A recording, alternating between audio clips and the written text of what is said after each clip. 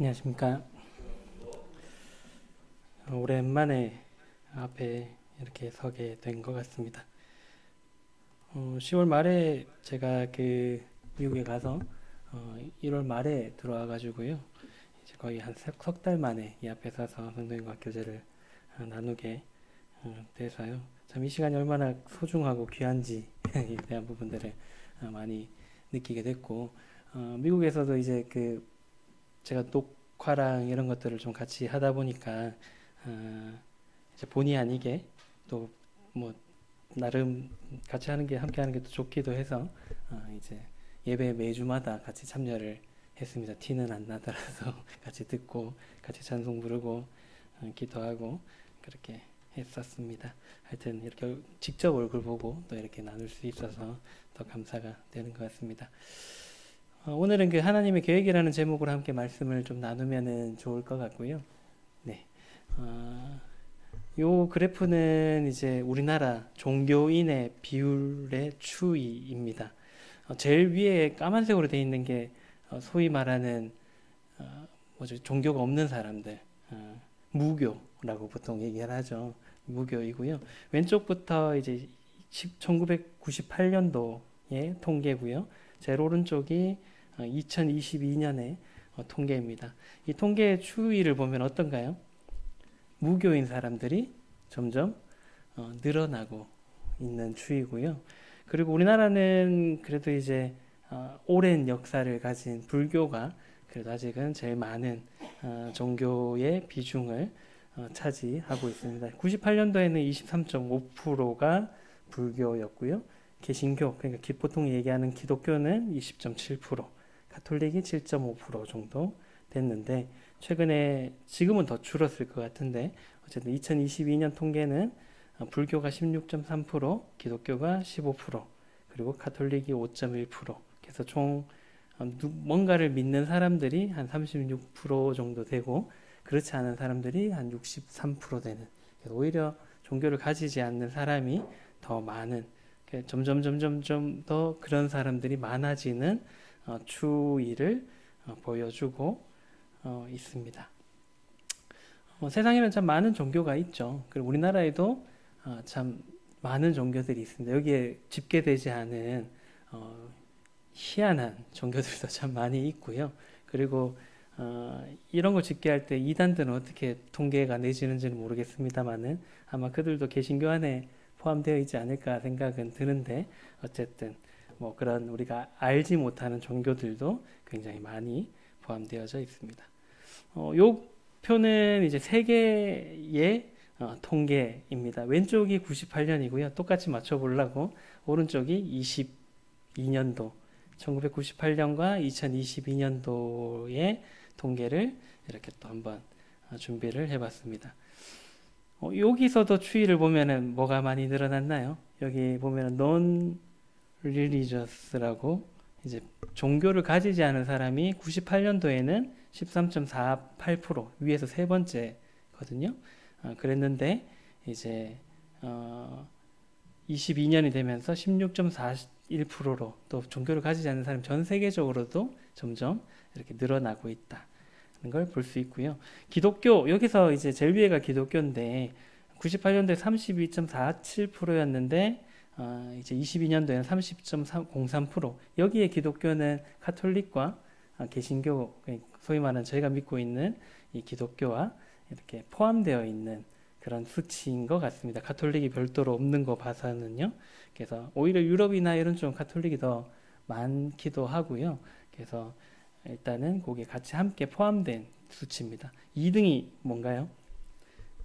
이슬람입니다. 이슬람이 20.52%에서 24.19%로 이슬람은 늘어나는 추세. 그 다음에 기독교는 줄어드는 추세. 그리고 아무것도 믿지 않는 사람들도 늘어나는 추세. 그 다음 네 번째가 이제 힌두교입니다. 힌두교인데 힌두교도 13.33%에서 14.27%로 늘어나는 추세. 그 밑에가 이제 불교인데요. 불교가 7.28%에서 6.39%로 살짝 줄어가는 추세로 이제 살펴볼 수가 있습니다. 분발해야겠죠. 기독교인들이 좀 더 분발을 해야 됩니다. 이슬람 같은 경우에는 우리와는 전혀 어떻게 보면 상관이 없었던 그런 종교였는데 최근 들어서는 우리와 점점 밀접한 관계가 생기고 있는 그런 종교가 되어가고 있습니다. 대구에서 혹시 이슬람 사원 보신 적 있으신가요? 보셨나요, 혹시? 대구에서. 저기 북부정류장, 그 다리, 맞아요. 많이 땡깁니다. 예, 그래서 북부정류장 그 다리 이렇게 넘어가자마자 왼쪽에 보면 한글로 이슬람 사원이라고 이렇게 적어 놓은 건물이 하나 있고요. 그리고 최근에도 뭐 언론 통해서 보셨겠지만 북구 쪽에 이슬람 사원을 건립하려고 하다가 이제 주민들이 반대해서 이렇게 좀 지연되지만은 아마도 막을 만한 법률적인 근거가 없기 때문에 우리나라는 종교의 자유가 있고요. 하다 보니까 아마 이기기는 쉽지 않지 않을까. 그래서 결국에는 건립이 되지 않을까라는 생각은 드는데 어쨌든 그렇게 생기고 있고 또 정부에서도 이 이슬람 인구들이 많다 보니까 뭐 할랄 음식을 만드는 그런 공장들도 뭐 전라도에 짓겠다라고 유치하겠다 그런 얘기들도 했었었고 그런 이제 우리와 점점 더 밀접한 관계가 되어가고 있는 또 우리에게 영향을 주는 그런 종교가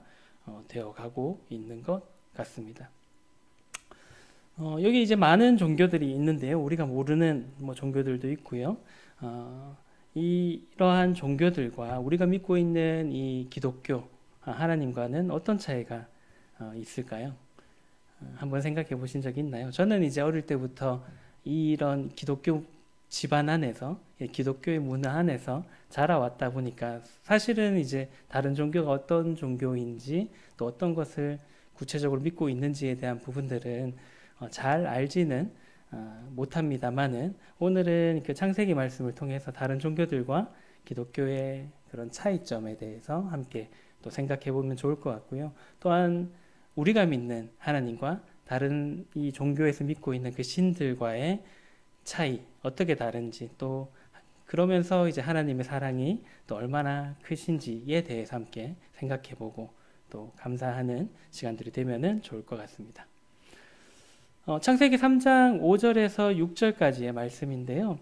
제가 한번 읽어드리겠습니다. 너희가 그것을 먹는 날에는 너희 눈이 밝아져 하나님과 같이 되어 선악을 알 줄 하나님의 아심이니라. 여자가 그 나무를 본즉 먹음직도 하고 보암직도 하고 지혜롭게 할 만큼 탐스럽기도 한 나무인지라. 여자가 그 열매를 따먹고 자기와 함께 있는 남편에게도 주매 그도 먹은지라. 저번에 이제 그 지난달 뭐 3달에 걸쳐서 이제 준성이님께서 죄에 대해서 또 구원에 대해서 말씀을 해주셨는데 인간이 죄를 지었을 때에 대한 그 말씀입니다. 창세기 3장에 나오는 이야기지요. 아담과 하와가 하나님의 그 명령을 어기고 이제 선악을 알게 하는 나무의 열매를 먹지 말라 했는데 이제 먹게 되는. 그래서 여기 나오는 방금 읽었던 말씀처럼 인간이 하나님과 같아지고 싶어서 그런 교만한 마음 때문에 내가 저걸 먹으면 좀 하나님과 같아지지 않을까? 하나님처럼 되지 않을까? 하나님처럼 될 수 있을 거야 라는 생각을 하고 이제 그 열매를 먹게 되면서 그 불순종으로 인해서 죄를 지어서 이제 하나님의 영광에 이르지 못하고 심판받는 그러한 존재가 되었다라는 것을 이 창세기 3장을 통해서 이제 볼 수가 있습니다. 그래서 이제 하나님의 형상의 그러한 모습들이 깨어지게 되었죠. 원래는 하나님의 형상대로 최고의 걸작품으로 만들어진 것이 바로 우리 인간들이었는데 이때 죄를 지으면서 이제 그러한 모습들이 깨어지고 죄인의 모습으로 지금까지 이렇게 이어지게 되었습니다. 그 모습에 대해서 아담의 계보, 그 5장에 나오는 아담의 계보를 보면은 그 모습에 대해서 잘 이렇게 설명해 주고 있는데요. 창세기 5장 1절에서 3절의 말씀 한번 살펴보면요. 제가 읽어드리겠습니다. 이것은 아담의 계보를 적은 책이니라. 하나님이 사람을 창조하실 때에 하나님의 모양대로 지으시되 남자와 여자를 창조하셨고 그들이 창조되던 날에 하나님이 그들에게 복을 주시고 그들의 이름을 사람이라 일컬으셨더라. 아담은 130세에 자기의 모양 곧 자기의 형상과 같은 아들을 낳아 이름을 셋이라 하였고, 하나님의 그 원래 의도는 이제 위에 처음에 초반에 나오는 것처럼 하나님의 형상대로 하나님의 모양대로 남자와 여자를 창조하셨는데, 이제 인간이 죄를 짓고 난 뒤에는 어떻게 됐나요? 아담이 아들을 낳았는데 어떻게 낳았다고요? 자기의 모양 곧 자기의 형상과 같은 아들을 낳게 되었다라고 기록을 하고 있습니다. 하나님께서는 창조하실 때 그들한테 이제 하나님의 형상대로 짓고 그들에게 복을 주시고 지상 낙원이라고 하는 그 에덴 동산에서 살도록 하셨는데, 이제 아담과 하와가 하나님께 불순종하는 죄를 짓게 되면서 이제는 하나님의 형상대로 그 자녀들이 태어나는 것이 아니라 이제 곧 자기의 형상, 자기 모양대로 자기 형상과 같은 아들들을 이제 낳게 되면서 그 죄가 대물림 되도록 된 존재가 되었다라는 것을 방금 읽은 5장 그 3절의 말씀에서 우리가 살펴볼 수가 있습니다. 여기까지만 이렇게 살펴보게 되면 하나님의 계획은 마치 실패한 것 같습니다. 그죠? 하나님의 형상대로 하나님을 예배하고 하나님과 교제하고 하나님과 사랑하는 관계에 사람을 만들었는데 그 기대에 부응하지 못하고 죄를 짓고 난 뒤에는 자기의 모습, 자기의 형상대로 이제 살아가게 되는 것이 인간이 되어버렸으니까 하나님의 계획과는 전혀 상관없는, 어떻게 보면 이제 반대의 삶을 살게 되었다라는 것입니다. 요까지만 보게 되면은 이제 마치 실패한 것처럼 그렇게 우리가 볼 수도 있고요. 하나님의 계획이 끝났구나라고 생각을 할 수 있지만은 하나님께서는 이러한 죄지은 인간들을 포기하지 않으시고 끝까지 그들을 사랑하셨다라는 것을 이후의 말씀들을 통해서도 우리가 살펴볼 수가 있습니다. 이러한 것이 바로 기독교와 우리가 믿고 있는 이 성경과 다른 종교의 가장 큰 차이가 아니겠나라는 생각들을 해보게 됩니다. 종교에 대해서 저 잘 모릅니다만은 한번 잠깐 살펴볼까요? 이게 뭔지 아시나요? 저도 본 적은 없습니다만 이게 꾸란입니다. 꾸란, 그 이슬람의 경전인데요. 다른 종교에 대해서 잠깐 살펴보게 되면요, 전 세계 아까 봤을 때 두 번째로 많았던 종교, 그리고 이 이슬람 사람들은 우리나라는 지금 걱정이 저출산으로 인해서 한 가정에 한 명도 안 낳고 있는 상황이라서 인구가 점점 줄어가는 것을 걱정하지만은 이들은 구약 성경에 나오는 그대로 막 10명씩, 6명씩 막 이렇게 낳기 때문에 이들 인구는 자연적으로 늘어나게 되고요. 우리는 점점 줄어가게 되기 때문에 나중에 만약에 이 인구가 한국에 많이 들어오게 된다면 아마도 점점 세월이 지나갈수록 한국 땅에 한국 사람은 점점 줄어가고 이슬람 사람들은 점점 늘어가서 자연스럽게 이 한국을 먹어버리지 않을까라는 생각들도 해보게 됩니다. 그래서 전 세계적으로 인구는 줄어가는 추세인데 이들만 이제 열심히 아이들을 낳고 있기 때문에 좀 굉장히 갈수록 큰 세력이 되지 않겠나라는 생각들을 해보게 됩니다. 이들의 목적은 알라 신을 제대로 따르는 것입니다. 그래서 이제 우리가 언론에서도 많이 보잖아요. 이들이 알라를 위해서 어떻게 하나요?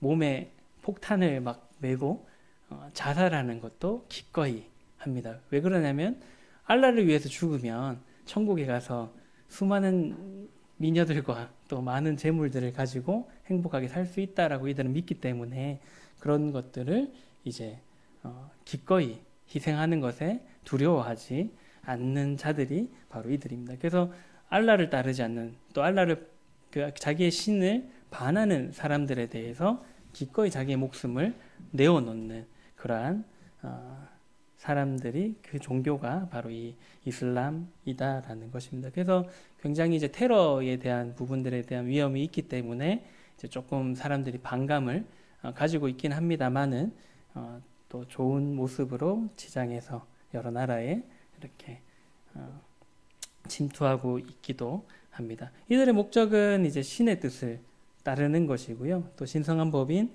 샤리아라는 것을 이제 준수해서 이제 신앙에 맞는 도덕적인 또 윤리적인 삶을 사는 것을 굉장히 중요시 여긴다라고 합니다. 그래서 이제 그러한 것들에 자기가 따르고 있는 그런 경전과 윤리 그런 법에 어긋나는 것이 있다라면은 기꺼이 성스러운 전쟁이라고 하죠. 성전을 하는 것을 기꺼이 할 수 있는, 그래서 자기의 목숨을 내어놓는 것조차도 무서워하지 않는 그러한 종교가 바로 이 이슬람이다라는 것입니다. 그래서 이슬람을 믿다가 이슬람을 믿지 않는 사람들 이렇게 보통 이제 개종하거나 그 종교에서 탈퇴하려고 하면은 또 때로는 죽이기도 하는 그런 무서운 존재이고요. 또 이슬람이 이제 기독교를 별로 좋아하지 않기 때문에 기독교를 믿는 사람들 실제로 이스라엘이나 중동 국가에서는 기독교를 믿는 것만으로도 이제 기독교를 개종하는 것만으로도 가족끼리도 기꺼이 죽이는 그러한 무서운 그런 교리를 가지고 있는 종교 단체입니다. 그 다음은 이제 우리와 그나마 좀 친숙한 종교죠. 이 사진은 어딘지 아시나요? 저는 안 가봤습니다만은 한 번쯤은 가보셨지 않을까. 어딘지 아시나요? 석굴암, 경주 석굴암 사진입니다. 불교의 최종 목표는 뭔가요? 제가 불교는 안 믿어봐가지고 극락왕생이 최종 목표인가요? 보통 이제 얘기하는. 어쨌든 이제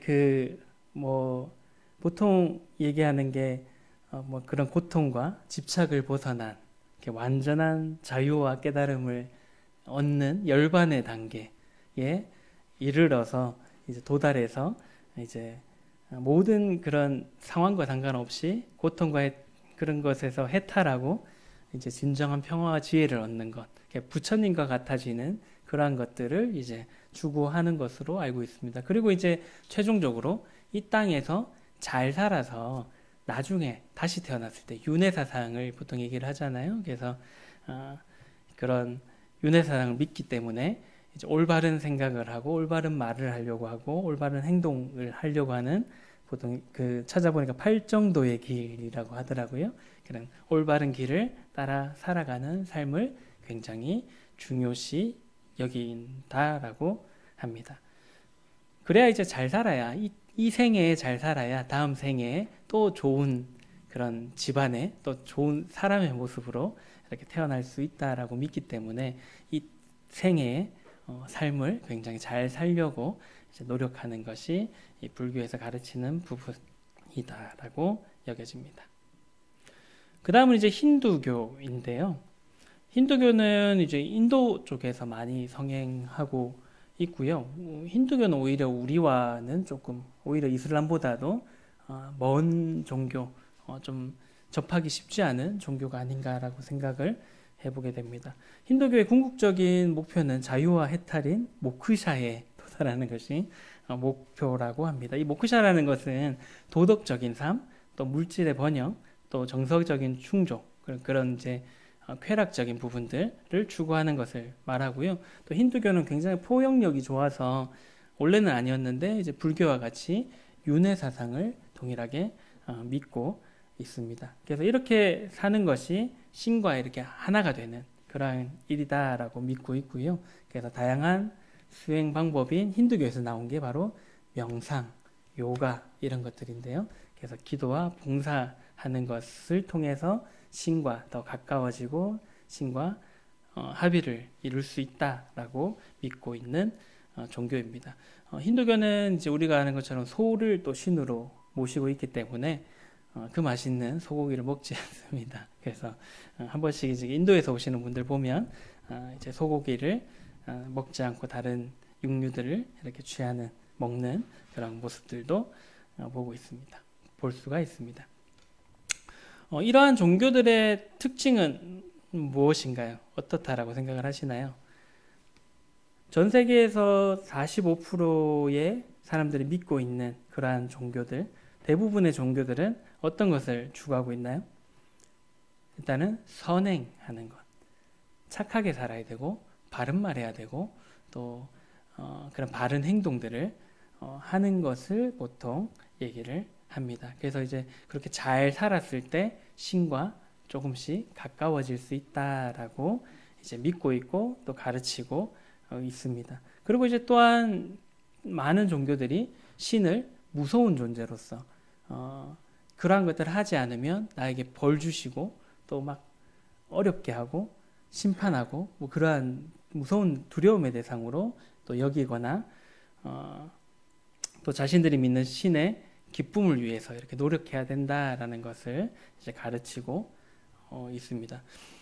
그래서 이제 여기 그 계단의 사진을 이렇게 좀 앞에 좀 보여드리고 있는데 종교에서 보통 요구하는 것은 어떤 기준이 있고요. 그 기준을 충족할 때 이 계단을 한 계단 한 계단 올라가는 것처럼 신과 가까워질 수 있다라고 이제 보통 생각하고 가르치고 있고요. 그리고 이제 그 요구에 하는 기준을 충족하지 못할 때는 이 계단에서 한 걸음 한 걸음 멀어진다라고 이렇게 신과 멀어진다라고 생각하고 또한 가르치고 있습니다. 그래서 이제 세계 대부분의 종교들은 신을 위해서 혹은 그 종교 단체를 위해서 뭔가를 했을 때 신과 가까워지고 신의 기쁨을 얻을 수 있다라고 이렇게 믿고 있습니다.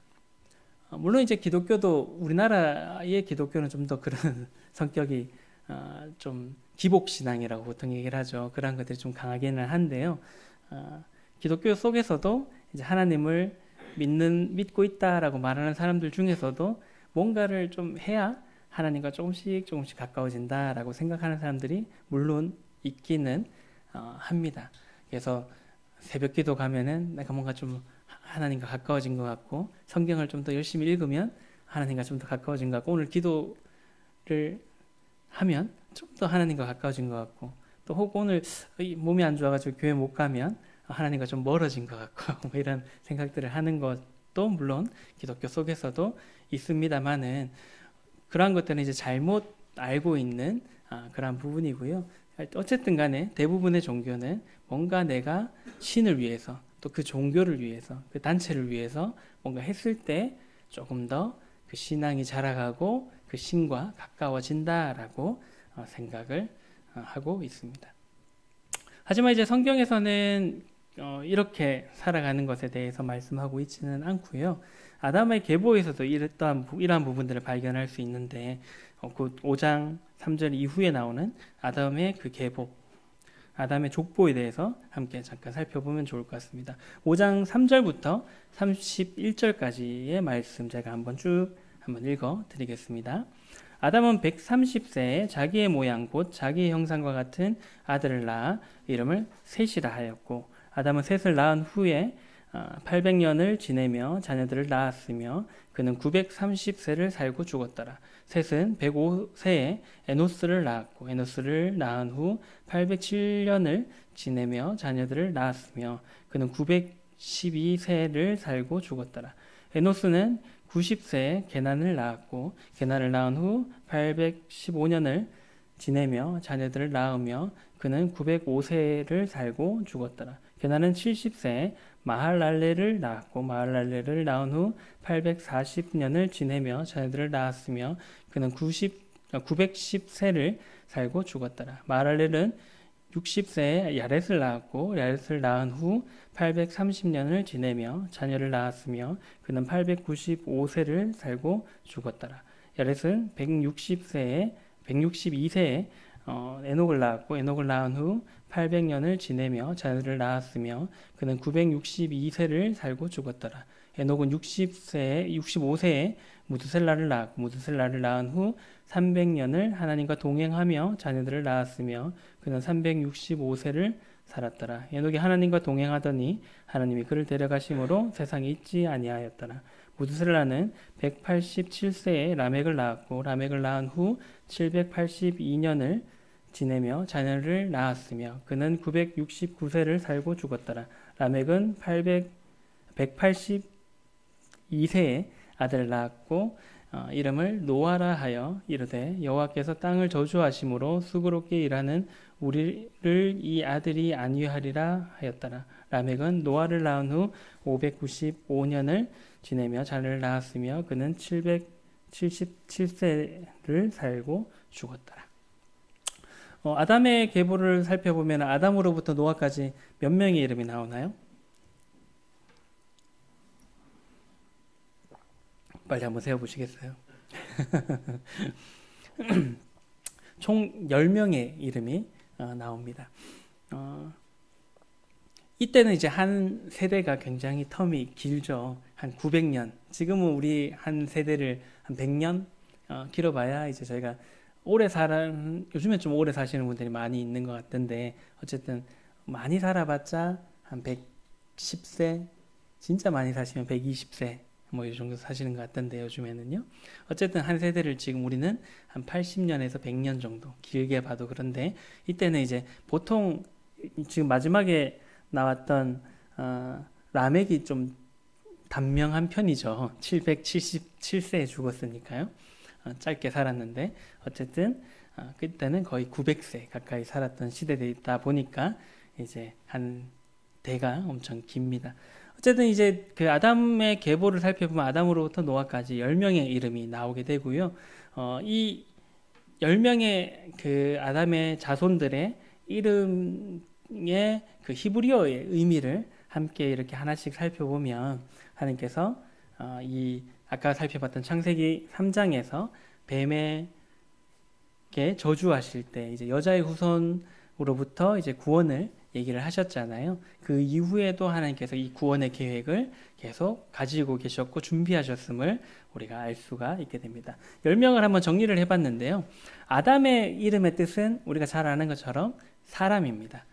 사람이라는 이름의 뜻을 가지고 있고요. 그의 아들이었던 셋의 이름의 뜻은 정해진 운명, 에노스는 죽음이라는 뜻이고요. 게나는 얻다, 소유하다라는 뜻이고요.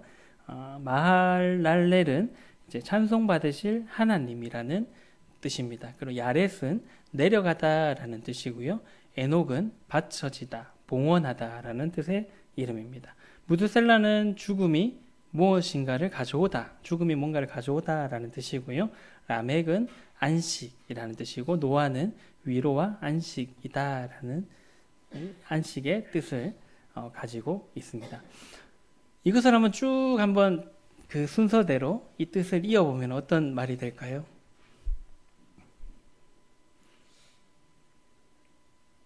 사람과 정해진 운명, 죽음, 어둠, 찬송받으실 하나님, 내려가다, 받쳐지다, 죽음이 가져오다, 안식, 위로와 안식이라는 뜻을 쭉 한번 이렇게 뜻들을 나열해 보면요, 이렇게 됩니다. 사람에게 정해진 것은 죽음이죠. 죽음뿐이지만 그 사람을 얻기 위해서 찬송받으실 하나님께서 내려오셔서 받쳐지고 죽으심으로 사람에게 안식과 위로를 주셨다라는 뜻이 되게 됩니다. 그 10명의 사람의 히브리어의 이름을 이렇게 쭉 풀어서 이어보면 이러한 뜻이 되는 것입니다. 아담의 자손들의 이름을 통해서 하나님께서는 그 자신이 가졌던 구원의 계획이 여전히 진행되고 있음을 나타내 보여주셨던 것입니다. 다른 종교들은 인간들이 신을 위해서 뭔가를 계속 하기를 원하고 요구하고 있지만은, 우리가 믿는 이 하나님, 우리가 믿고 있는 이 성경에서 말하는 말씀은 인간들에게 무언가를 요구하시는 것이 아니라 인간들이 그 기준에 절대로 도달할 수 없다라는 것을 하나님께서 아시고 계시기 때문에 오히려 어떻게 하셨나요? 죽을 수밖에 없는 그런 운명을 가진 인간들을 얻기 위해서 그 찬송받으실 하나님이신 그분께서 직접 이 땅에 내려오셔가지고 십자가에서 죽으심으로써 우리에게, 사람에게 안식과 위로를 주신 것입니다. 그래서 3장에 나왔던 그 뱀에게 저주를 할 때 그 여자의 후손을 통해서 구원하겠다라고 하셨던 그 말씀대로 동일하게 그 아들들의 이름 속에 또 이러한 구원의 계획을 이제 세우시고 그 계획을 나타내 보여 주셨던 것입니다. 그래서 하나님의 창세기 3장 15절에 나왔던 하나님의 구원의 계획과 여자의 후손을 통한 구원의 계획과 이 아들들의 이름에서 나오는 그 구원의 계획이 일치하는 것을 우리가 살펴볼 수가 있습니다. 창세기 3장 15절의 말씀 다시 한번 보시면요. 내가 너로 여자와 원수가 되게 하고 내 후손도 여자의 후손과 원수가 되게 하리니 여자의 후손은 내 머리를 상하게 할 것이요 너는 그의 발꿈치를 상하게 할 것이니라 하시고 라고 기록되어져 있습니다. 아담과 하와가 죄를 짓는 그 순간 하나님께서는 그들을 유혹하여 죄를 짓게 한 뱀에게 저주를 하셨는데요. 그때 이제 뱀에게 하셨던 말씀입니다. 그래서 이제 장차 오게 될 그 여자의 후손이 뱀의 그 후손의 머리를 상하게 할 거고 뱀의 후손은 그 여자의 후손의 발꿈치를 상하게 할 거다라고 이제 예언을 계획하셨던 것입니다. 그래서 이제 우리가 잘 아는 것처럼 이 여자의 후손은 예수 그리스도, 예수님이시고요. 그래서 예수님께서 비록 그 사단의 계략에 의해서 발꿈치를 상하게 됐죠. 십자가에 달려 돌아가시게 됐지만은 결국에는 그 상함이 결국에 십자가에서 구원을 이루게 되는 그러한 일로 나타내게 됩니다. 그래서 이제 그 죽음과 멸망을 벗어낼 수 있도록 하는, 그래서 사탄의 계획을 완전히 깨어 부수는 그런 사탄의 머리를 상하게 하는 그 일이 되게 되었던 것입니다.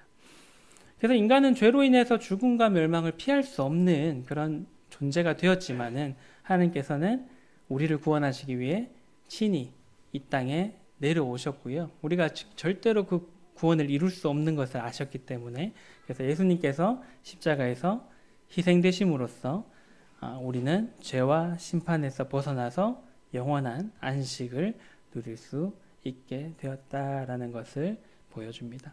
다른 종교들은 인간이 신을 찾아야 되고요. 또 인간이 수행과 선행을 통해서 신의 은총을 받도록 노력해야 된다라고 가르치고 있습니다. 하지만 우리가 믿는 하나님은 우리가 그렇게 할 수 없다는 것을 너무 잘 아시기 때문에 우리를 사랑하셨고 또 우리를 위해서 이 땅에 오신 우리를 먼저 찾아오셨다라는 것입니다.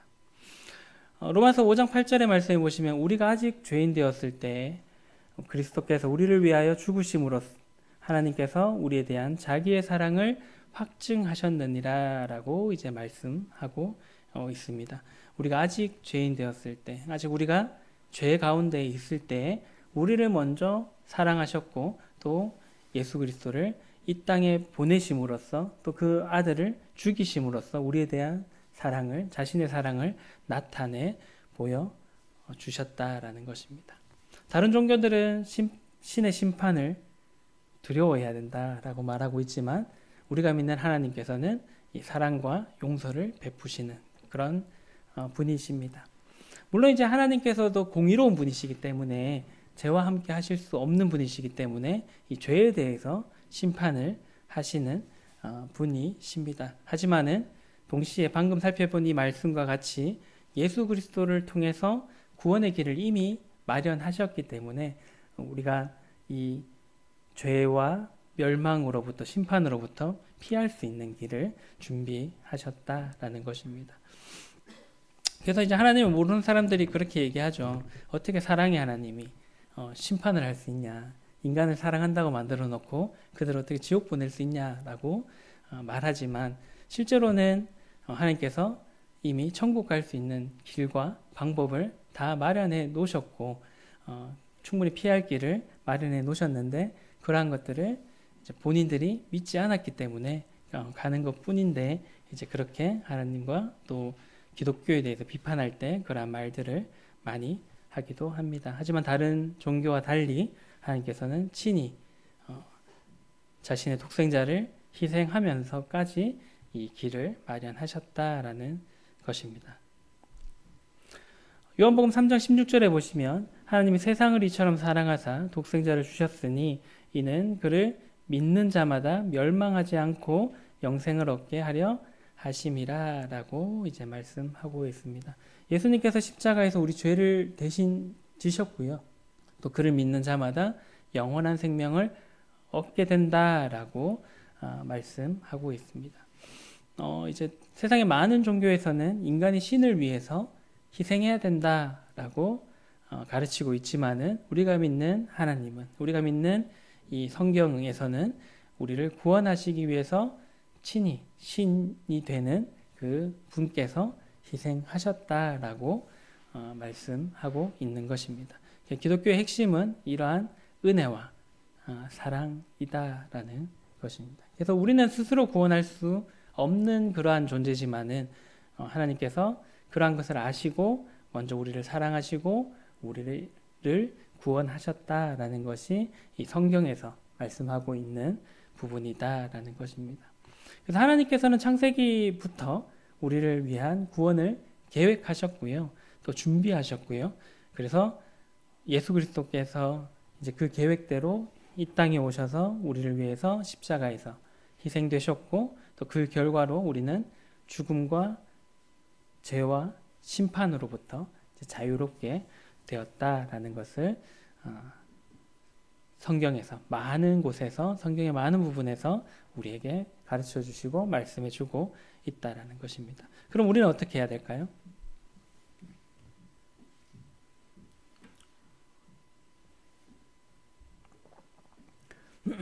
마태복음 11장 28절의 말씀을 보시면 수고하고 무거운 짐진 자들아 다 내게로 오라 내가 너희를 쉬게 하리라 라고 말씀하고 있습니다. 우리는 하나님의 사랑을 믿고 그분께로 나아가서 우리의 이 무거운 짐을 그분에게 이렇게 내려놓고 어떻게 해야 되나요? 안식과 쉼을 누려야 된다라는 것입니다. 하나님의 이 사랑은 또 성경에서 말하고 있는 하나님의 사랑은 다른 종교의 신들과는 다릅니다. 인간의 노력으로 얻어지는 것이 구원이 아니라 우리가 아직 죄인 되었을 때 아까 살펴봤던 로마서의 말씀처럼 하나님께서 먼저 우리를 사랑하시고 또 먼저 우리를 찾아오셨다라는 것입니다. 또 그 사랑의 표현으로서 기꺼이 그 독생자 되는 예수 그리스도를 십자가에서 희생시킬 만큼 우리가 죄인 되었을 때 우리를 사랑하셨다라는 것을 성경에서 표현해 말씀해주고 있는 것입니다. 그리고 이제 우리가 그 마음의 문을 열어서 예수님을 우리의 구원자로 받아들이고 또 믿을 때 어떻다고요? 그분이 주시는 진정한 안식 가운데 우리가 그 안식을 누릴 수 있게 된다라는 것을 이제 말씀해주고 있습니다. 물론 이제 아까도 말씀드렸던 것처럼 기독교 안에서도 특히 이제 한국의 기독교는 조금 독특한 부분들이 있어가지고요. 기복신앙이라고 해서 뭔가를 할 때 복을 받는다. 헌금 많이 하면 복 받고, 기도 많이 하면 복 받고, 또 교회 열심히 나가면 복 받고, 물론 이제 하나님께서 그렇게 하시는 것을 기뻐하시기는 합니다만은 헌금 많이 해도 때로는 어려움을 겪을 수도 있고요. 또 기도 열심히 해도 또 때로는 어려움을 겪을 수도 물론 있습니다. 그래서 성경에서 말하는 부분들은 그러한 부분들은 아니다라는 것입니다. 먼저 하나님께서 우리를 위해서 모든 것들을 준비하셨고 또 구원의 길을 마련해 놓으셨다는 하나님의 사랑과 은혜를 성경에서 말씀해 주고 있는 것입니다. 그래서 우리가 그러한 것들을 믿고 또 깨닫고 그 가운데서 우리가 안식을 누릴 필요가 있다라는 것입니다. 우리가 이러한 사랑 가운데 있을 때 여러 가지 어려움이 있겠죠. 우리가 살아가면서 여러 가지 상황들을 만나게 되고 어려움을 겪게 되고 힘든 일들도 겪게 되겠지만은 우리가 받은 은혜와 사랑이 더 크기 때문에 그러한 것들을 능히 이겨낼 수 있다라고 생각을 합니다. 그래서 이 땅에서의 어려움 물론 있을 수 있겠지만은 우리가 이 땅을 떠날 때 하나님을 만났을 때 하나님 앞에 섰을 때 더 큰 기쁨과 평안과 안식이 있다는 것을 우리가 믿기 때문에 이 땅의 어려움을 기꺼이 감수하고 넘어갈 수 있게 된다라고 생각을 해보게 됩니다. 그래서 오늘 이 살펴본 이 말씀처럼 하나님께서 우리를 위해서 구원을 계획하셨고 또 우리가 아직 죄인 되었을 때 우리를 위해서 계획하신 그 구원의 계획과 하나님의 사랑을 우리가 깨닫고 또 믿음으로 인해서 예수 그리스도 안에서 참된 안식과 또 위로를 누리시는 모두가 되시면은 좋을 것 같습니다. 그래서 어떠한 역경 속에서도 그의 사랑과 은혜를 바라보는 모두가 되시면 좋겠습니다. 기도하고 시간 마치도록 하겠습니다.